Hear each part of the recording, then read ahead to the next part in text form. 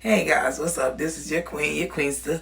You know, MsNique, also known as MsNiqueReVamp. And okay, look, I know I know I put out a video the other day about the Nancy Pelosi or Paul Pelosi attack, right?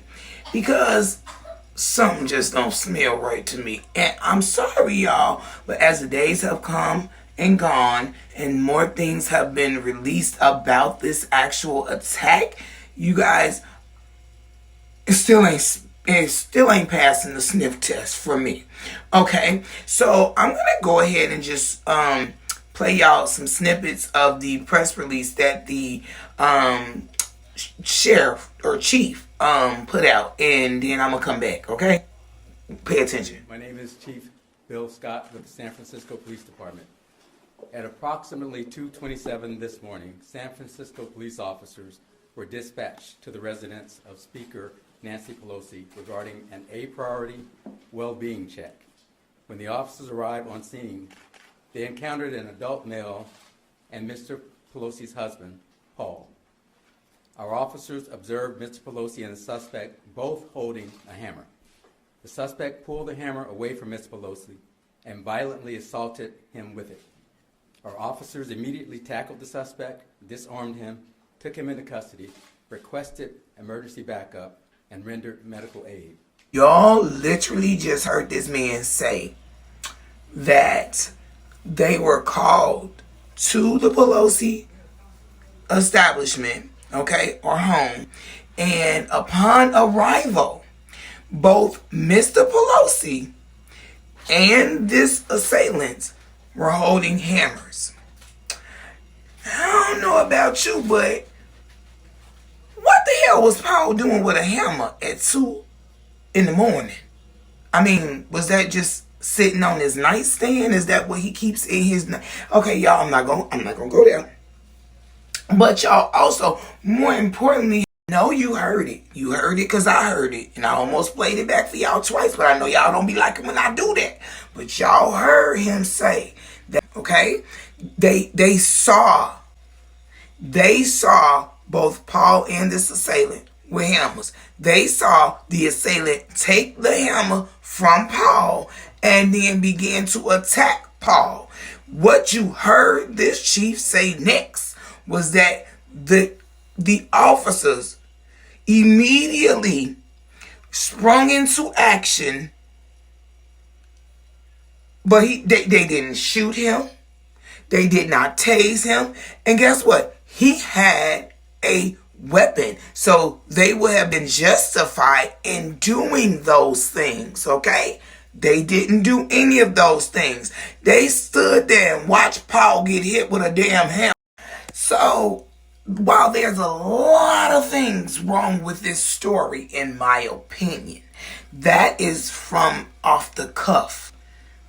You know what I mean? That off the cuff, those are some of the things that just start ringing in my ears. And I was like, wait, what?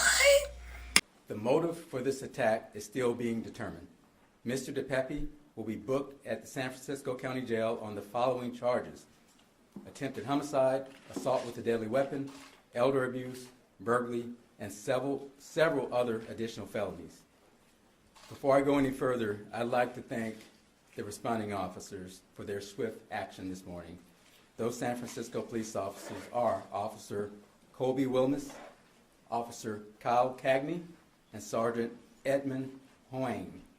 I'd also like to thank our emergency dispatcher, Heather Grimes, who's standing here to my left, for a really amazing job. So then, okay, let me go ahead and point out this other thing, right? This other thing.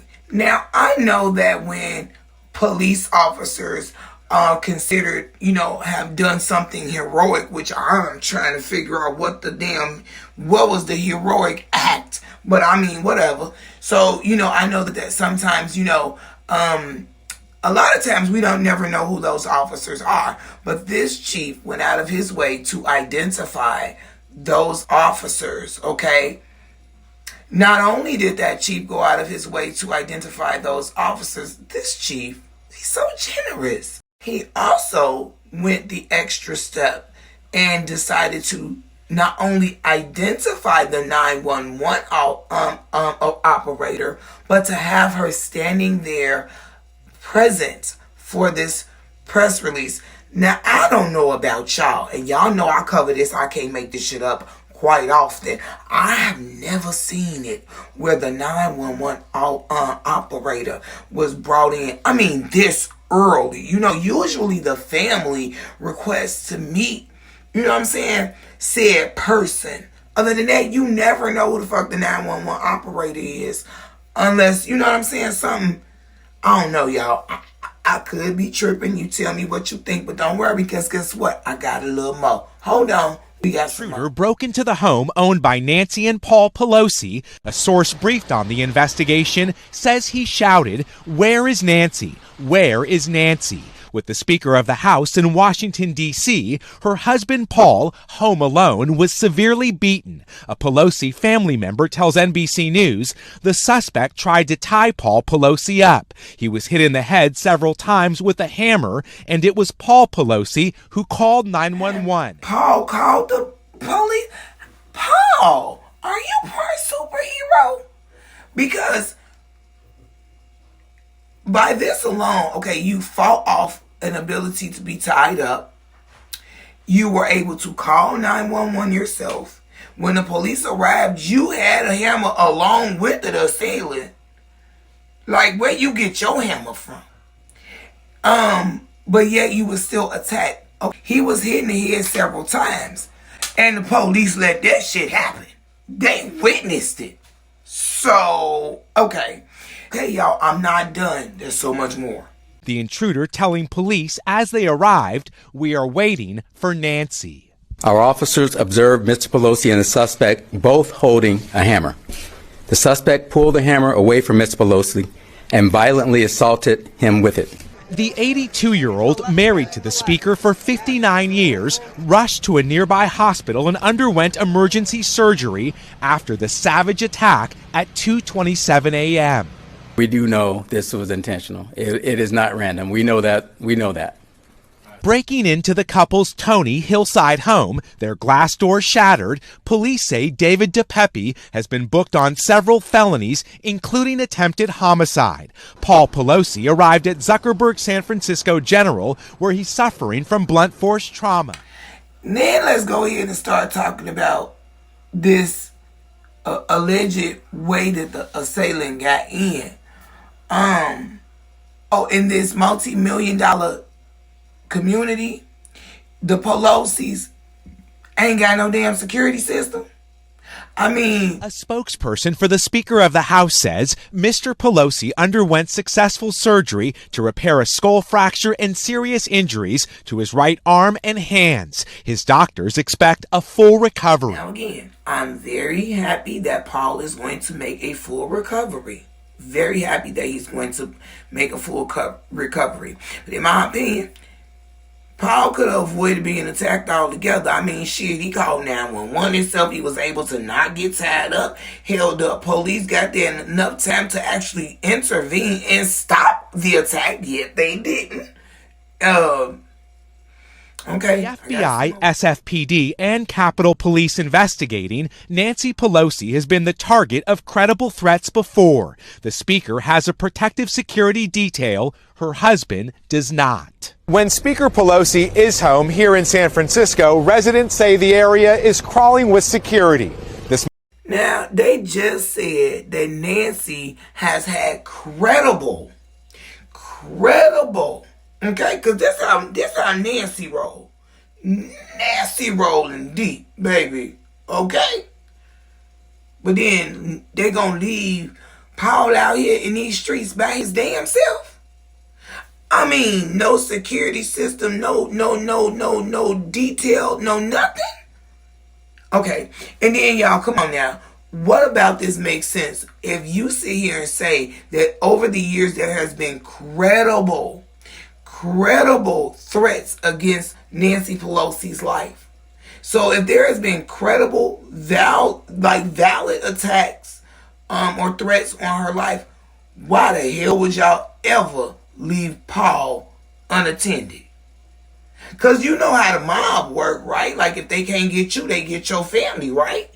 Multi-million-dollar neighborhood. Multi-million-dollar neighborhood. Shaken by the bloody attack. Just days before the midterm elections, the president and lawmakers on both sides of the political aisle expressing outrage and extending their support to the Pelosis. Tonight, the Speaker of the House, the intended target, rushing to be near her husband as he begins his recovery.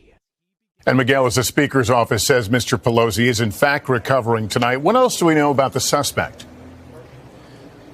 Well, Lester, the 42-year-old suspect lives in Berkeley, which is not far from San Francisco. NBC News has discovered some of his online digital footprint. Online, he did express mixed ideology with extreme views. Again, there is no official motive for this attack. Child, and last but not least, it just seemed like this suspect checks too many boxes conveniently, right? And then what that mean that he had mixed ideology? So even if he had mixed ideology, then we can't say that he was so extreme that he would go to the lengths to do something like this. It's my opinion. I mean, you know what I'm saying? Because I have mixed views all the goddamn time. Does that mean that I'm about to go try to attempt to break in somebody's house and tie him up and do all this extra stuff? Nah. Because somehow I might feel different. Anyway, y'all, listen, this is just my interpretation. These are my opinions. I know damn well I'm not the only one out here in these streets that's been like, what? And so I'm very curious to see what you guys have to say. This is your queen's to MsNique, and this is I Can't Make This Shit Up. Holla at me in the comments. I'm better as fuck. Alright guys, if you're not already, follow me on Instagram, TikTok, Snapchat, YouTube, Facebook Reels, LinkedIn. Honey, I'm everywhere. And this has been your girl, your queenster, MsNique, also known as MsNiqueReVamp. And this is I Can't Make This Shit Up. Tell me what you think in the comments.